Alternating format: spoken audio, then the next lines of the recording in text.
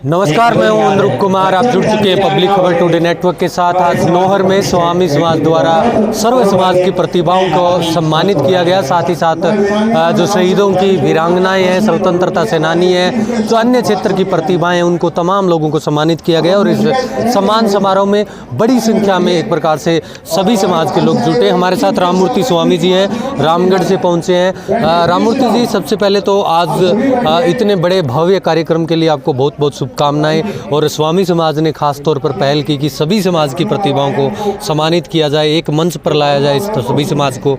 क्या प्रेरणादायी रहा है? सबसे पहले तो आपका बहुत बहुत शुक्रिया कि इस मुहिम के अंदर जो है आप ये जन संदेश जो है लोगों तक पहुंचाने के लिए यहाँ पर उपस्थित हुए। मैं बात कहना चाहूँगा कि स्वामी कोई जाति नहीं है। स्वामी रामानंदाचार्य ने तमाम जातियों को, तमाम धर्मावलंबियों को एक साथ जो एक मंच पर लाने का काम किया। जिस समय समाज के अंदर ऊंच नीच और गैर बराबरी का बोलबाला था, महिलाओं का उत्पीड़न हो रहा था, उस समय में स्वामी रामानंदाचार्य ने समाज को एक दिशा दी, समता, समानता और सामाजिक न्याय स्थापित करने के लिए। तो हमने ये महसूस किया, जब हम उस विचारधारा के अनुयायी हैं तो हमारा फर्ज बनता है कि आज वर्तमान समाज में जो हालात हैं उनके ऊपर जो है हम अपनी बात को, एकता को और सामाजिक समरसता को स्थापित करने के लिए कार्यक्रम करें। और वीरांगनाओं को हमने शामिल किया। शिक्षा के क्षेत्र में योगदान और अन्य समाज सेवा के फील्ड में जो योगदान रहे हैं उनको जो है हमने शामिल करके यहाँ पे उनको मान सम्मान देने का काम किया। सर, स्वामी, आपने एक बात बताई कि स्वामी कोई जाति विशेष नहीं है, एक पूरा का पूरा जिस प्रकार से आप कह रहे हैं कि तमाम जातियों का समूह है, बता रहे हैं।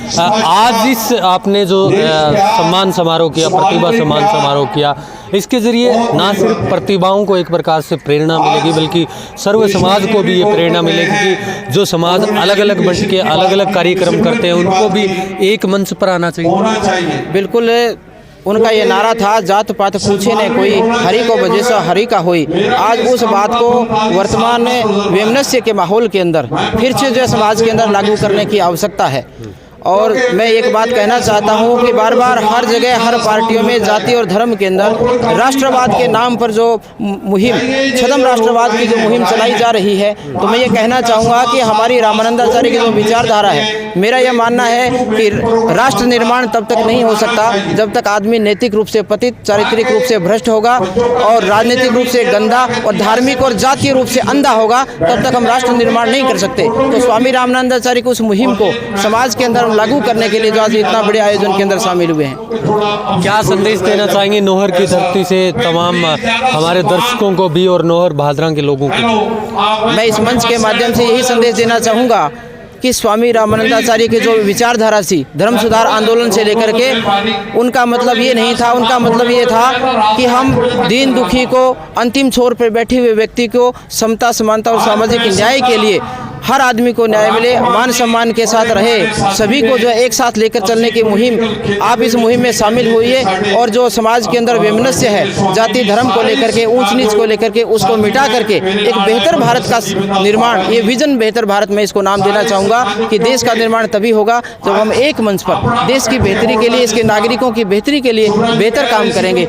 चलिए, हमारे साथ क्या नाम बताया सर आपने? अमर सिंह चौहान। अमर सिंह जी चौहान है। तो जैसा आप बता रहे थे कि सर्व समाज की तरफ से संदेश दिया जा रहा है। अमर सिंह जी चौहान, स्वामी समाज का ये कार्यक्रम, सभी समाज की प्रतिभाओं को एक मंच पर लाना, उनका सम्मान समारोह करना, कितनी बड़ी बात मानते हैं? मुझे बहुत अच्छी ये बात लगती है, बहुत बड़ी बात है कि सभी समाज को इकट्ठा करके और इतना बड़ा सम्मान करना मुझे बहुत अच्छा लगता है। और वैसे स्वामी नाम भी एक जो है ना मालिक का नाम है, तो स्वामी समाज में इन लोगों का बहुत बड़ा आभारी हूँ। राममूर्ति जी स्वामी है, राम कुमार जी स्वामी है और कर्नल साहब है, इन लोगों ने मुझे आमंत्रित किया इतने शानदार कार्यक्रम में, मुझे बड़ा अच्छा लगा।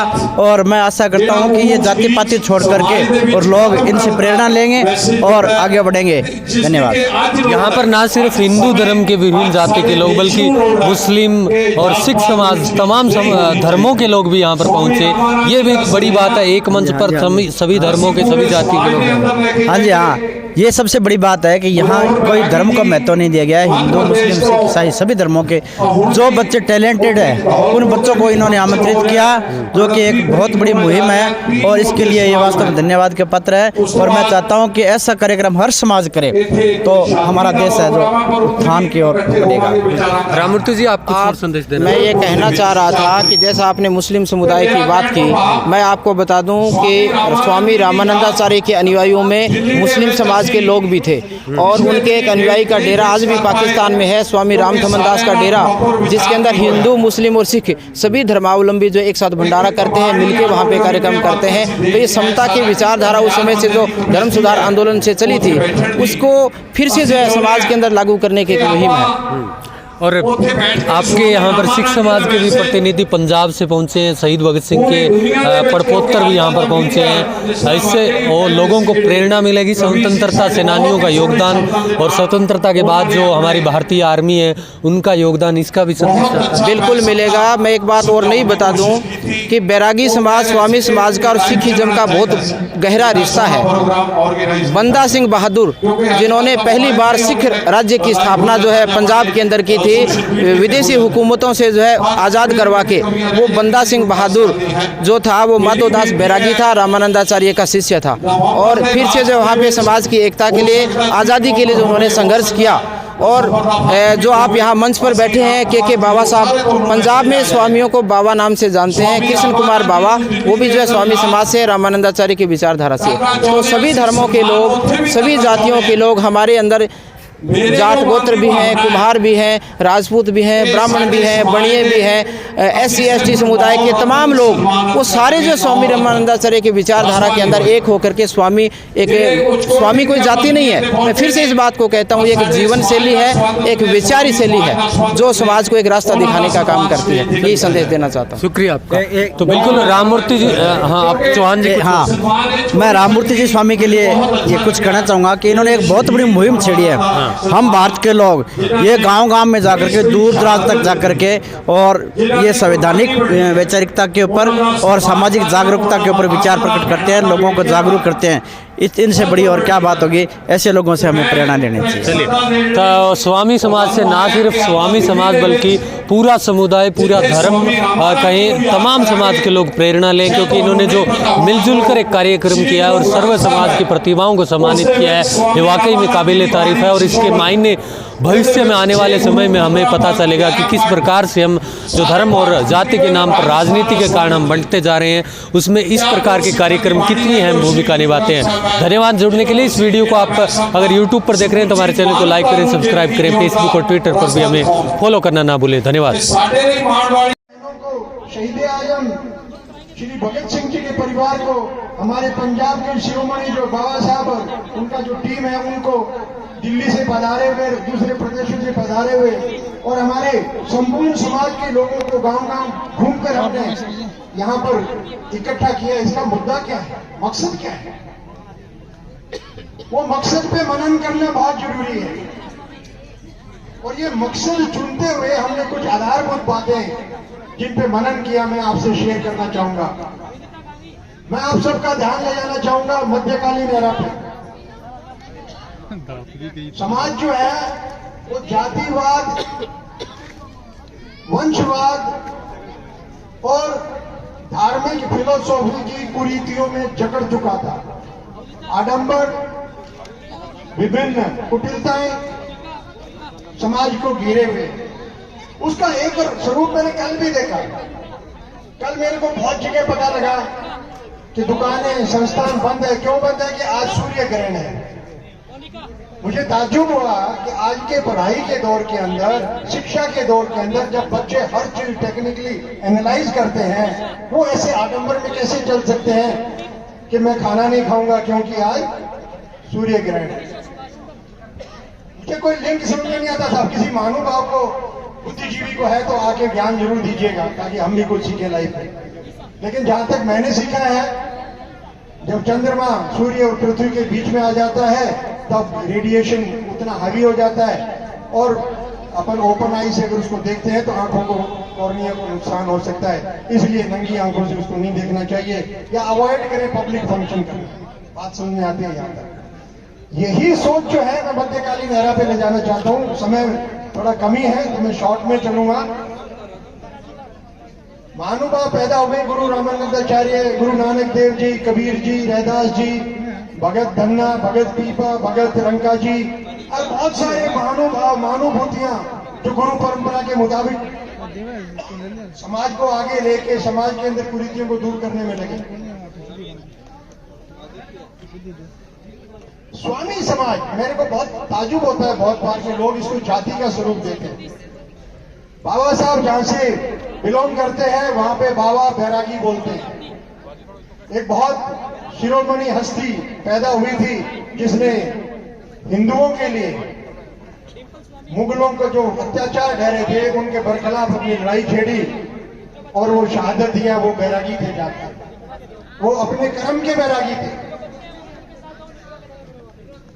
इसी तरीके से बहुत सारी 52 जातियों को इकट्ठा करके एक स्वामी सोच उपज की गई।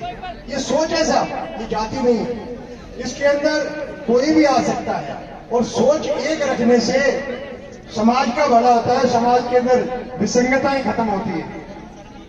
आज के परिप्रेक्ष्य में अगर इसको लेकर मैं चलूं, आज आप किसी चीज में देख लीजिए, मैं विशेष चीज का नाम नहीं लूंगा, पॉलिटिक्स का, नौकरियों का, लेकिन कहीं न कहीं विरोधाभास है इसके अंदर। टैलेंट का हम ईमान नहीं रख पा रहे हैं, टैलेंट को हम वो मान देना चाहिए वो नहीं रख पा रहे, और वो टैलेंट का मान हम तभी रख पाएंगे जब जाति नाम की विसंगति को दूर कर देंगे।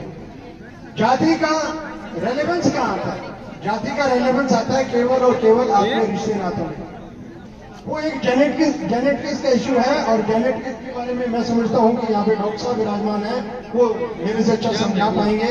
इट इज ओनली रेलेवेंट के एक जीन वाले युवा युवती अगर आगे की जनरेशन चलाएंगे तो उस जनरेशन में कुछ खामियां पैदा हो सकती है, कुछ कमियों से वो बेस हो सकता है। उससे ज्यादा इसका कोई रेलेवेंस नहीं है साहब। कल्चर एंड ट्रेडिशन जितना ज्यादा मिक्स हो उतना बढ़िया रहता है। जो मेरे भाइयों ने शहादत दिया है, चाहे शहीद भगत सिंह जी का नाम लीजिए, चाहे हमारी वीरांगना बहनें सामने बैठी है, उनके पति जो हैं वो सब जातियों से, उन्होंने कोई जाति का सोच के अपनी जान नहीं दी थी, उन्होंने देश की खातिर जान दिया था, वतन के खातिर जान दिया था। जाति हम यहां आके बनाते हैं। मैं आपसे गुजारिश करूंगा कि हमारे आने वाली पीढ़ियों को इस जाति नुमा के अंदर से पीछा छुड़ाएं, और आइए आज ये एक यहां से वादा करके जाएं, एक शपथ लेके जाएं कि हम जाति नाम की सोच से उबारा पाएंगे, समाज को ऊंचा उठाएंगे। इन्हीं शब्दों के साथ मैं विराम देता हूं। बहुत बहुत धन्यवाद। जय हिंद, जय भारत। ਵਿੱਚ ਲੈ ਕੇ ਜਾਈਏ रथ यात्रा, ਉਹਦਾ ਦੁਨੀਆ ਦੇ ਵਿੱਚ ਇੱਕ ਮੈਸੇਜ ਆਏਗਾ, ਉਹ ਲਾਈਵ ਚੱਲੇਗਾ ਕਿ रथ ਜਾ ਰਿਹਾ ਹੈ जो वैष्णव समाज का, स्वामी समाज का। उस तो बाद पहला का प्रोग्राम दिल्ली स्वामी रामानंद जी का करांगे, उस तो बाद रथ यात्रा, अते उस तो बाद दिल्ली दे विच 5 लाख वैरागियां नूं रामलीला ग्राउंड दे विच इकट्ठा करांगे। घट्टो घट 5 लाख वैरागियां। ये 5 लाख का सुनेहा मैं कई सालों तो दिंदा आ रहा। मेरी हाथ जोड़ के बेनती है, मैनू पता है नौजवान बड़े खुश होंगे ने, इन्हां दे अंदर बड़ी अच्छी भावना है, पर आपां किते ना किते साडियां मैनू लगदा घट्टो घट पूरे देश के अंदर 25 संस्थावां बणियां। मैं किसी नेता नूं कहा, वो मैनू कहंदा जी जे तां साडी संस्था दे नां थल्ले करना फिर तां असीं तैयार है, नहीं कहंदा सानू आउणा मुश्किल है। ये सोच नहीं होनी चाहिए। आओ सारियां संस्थावां ਆਪਾਂ ਇਕੱਠੇ ਹੋ ਕੇ, ਜੇ यूपीए सरकार चला सकती है, एनडीए सरकार चला सकती है, पोलीटिकल पार्टियां इकट्ठियां होके, तो यार साडा तो कोई आपस में ही क्लैश ही है नहीं, साडा तो फर्क ही कोई नहीं है। असी इकट्ठे होके सारियां संस्थावां दे लोग एक प्लेटफार्म ते इकट्ठे होके असी एक समाजिक जागरूकता पैदा करिए। स्वामी रामानंद जी का सुनेहा, वीर बैरागी बाबा बंदा सिंह बहादुर जी का सुनेहा पूरी दुनिया के विच लेके जाइए।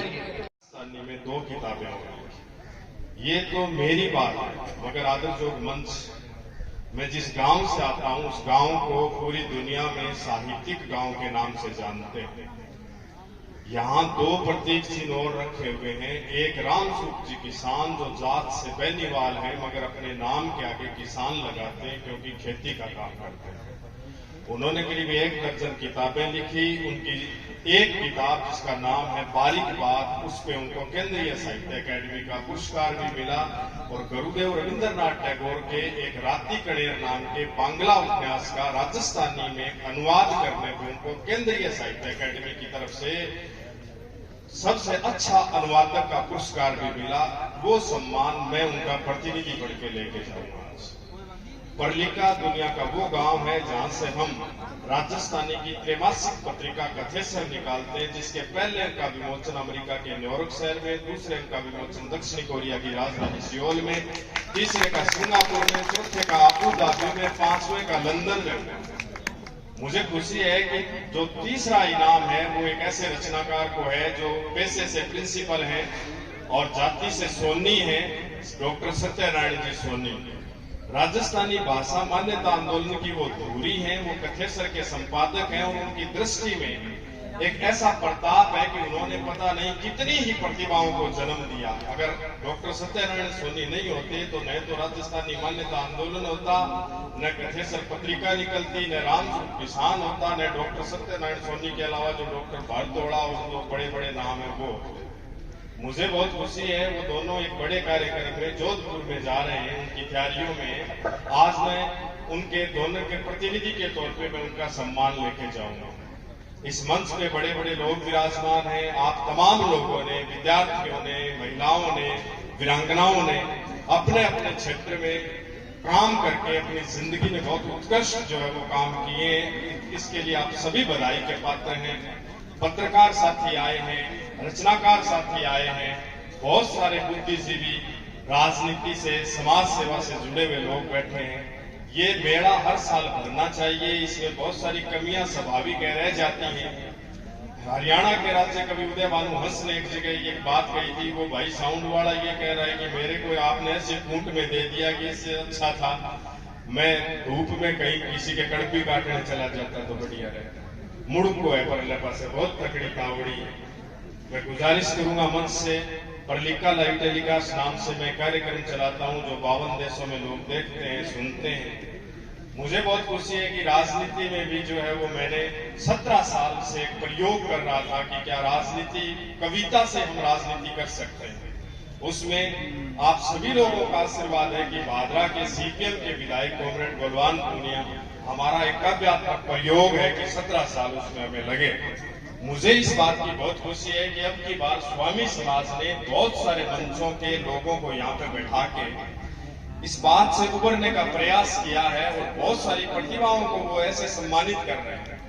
तरकसिर सोसाइटी के मामले में पूरे अबोर फाजिलका पंजाब से लेके बाड़मेर जैसलमेर तक जो राममूर्ति स्वामी ने काम किया, आप गांव में मंदिर बनाइए कोई बात नहीं है, उसमें सोने का छत्तर चढ़ाइए कोई बात नहीं है, मगर आपके गांव के प्राइमरी स्कूल के बच्चे की पाठशाला की छत सो रही है तो वो आप एक बहुत जघन्य अपराध कर रहे हैं। मंदिर से पहले उस छत को